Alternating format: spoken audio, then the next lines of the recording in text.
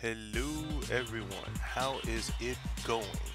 So far, lots of fun, morning practice, and that was a small request by a person that just wanted to base a request off a previous drawing I did, which was, making fun of Knuckles from Sonic Boom with the whole steroids thing. So at this point, he wanted to add another character to it, and I'm like, you know what? I've got morning practices and I gotta stretch out, so let's do this.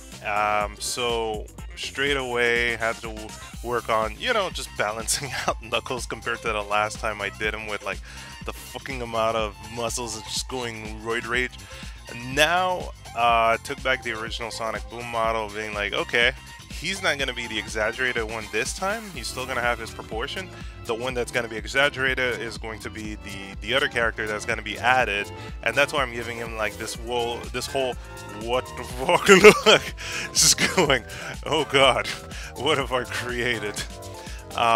So already, the biggest difficulty I've had with this was just I had no bloody clue what Knuckles' volume was, in a sense, like especially mostly his head shape.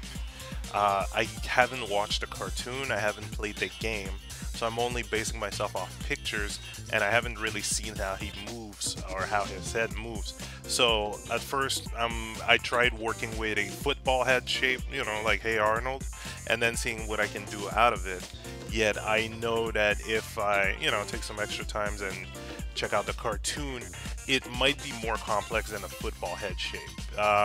Either way, I'm taking liberties here, mostly because it's morning warm-up, but especially when it comes to working with on reference or working with references, you always want to refer to how they move in the cartoon.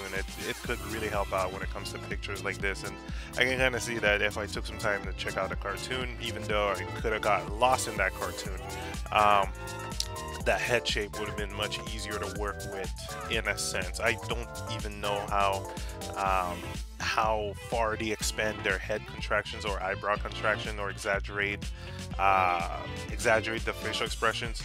But there we go. Now I'm starting on the other character, and already I'm breaking away from the usual model that they had. And straight up, you guys are gonna notice it's Tails.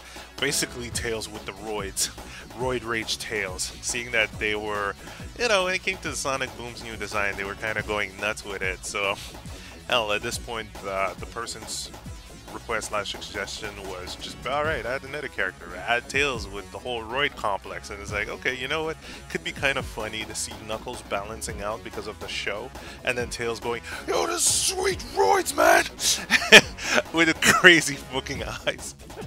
I love that. Just giving him like that, not full Ren and Stimpy type of look, but just going, yeah, get the roids. I would love to do that, add that to every other character, just to get, poke fun of those new, the new redesign. But enough of that. Apparently the Sonic Boom cartoon is good, so who knows? I might spend some time there, but that's on top of the list with everything else. So when it came to working with Tailsform, of course, starting with a cube and then adding like half a football shape at the bottom, and then just trying to mold and blend with the facial expressions. Like the toughest part to mess around with was straight up the mouth, because it's, how do you say it? It's kind of like this boxer type of mouth where you gotta have your teeth clenched and you're in the full adrenaline, So I'm always referring to a mirror I have on the side just for that mouth, but at the same time, I don't want to use it as a crutch, or else it's not going to have the same flow that I want. That's, kind of like that article I posted about references on the ROM HQ page. It was a fun Tumblr post by someone, very, very good in explaining how to use references. You don't want to use them literally. You always want to expand upon them, or else you're going to be using them as a crutch, and it might not really fit your drawing. So the same goes with your own face. Your own face. But the same thing goes with that, where you don't necessarily want to use the same shape that you're doing, but you want to expand upon it. You want to exaggerate it just to make it somewhat fit your drawing, in a sense, or to fit the whole expression that you want. Now, Here again, I gotta admit, when it comes to drawing in the morning, I'm now noticing the lights going on and off and on and off. The sun being blocked by by the light doesn't have anything to do with ROIDS and Sonic, but you know, small kind of things to consider when making a video, especially using that. Maybe I could try to set up or do a different kind of setup, holding the camera upside down and flipping the image. Who knows? I'll try stuff, but I have the cable length, so this is great. So now, especially when it comes to working in big formats like that, the toughest part I still find, even though this is a warm-up, but the toughest part I find is just being able to set everything in place on a go, and then jumping into the drawing, the details of the drawing and such, or going with the form breaking. I seem to be more of the type to get one character's expression and position there, and then add the other one afterwards. And I guess something I'll have to work on is, okay, I'm starting with the first character, but I still have to do a stick figuring of the other characters to get the size and the position there, so that, you know, the whole picture can still be seen in my head, even though on this point I had no picture in my head, which is a different feeling. It's something I'm kind of working on at the same time, because you can't always have this a clear image in your head, but there are ways that you can just go back and forth between, okay, I have an image, I'm jotting it down on paper, oh, it's not as accurate.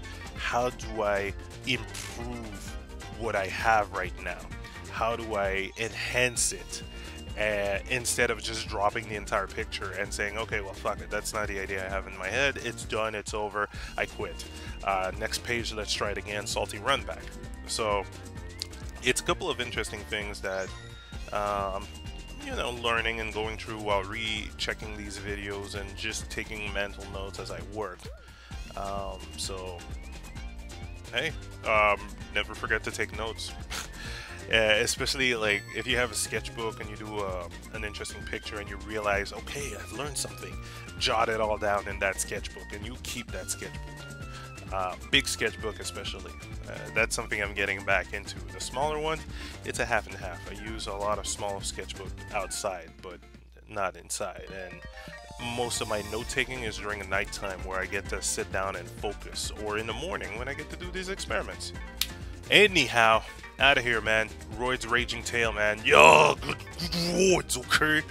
And I will see you guys in the next video or the Google Hangout tonight. It's gonna be a lot of fun drawing. Later, guys.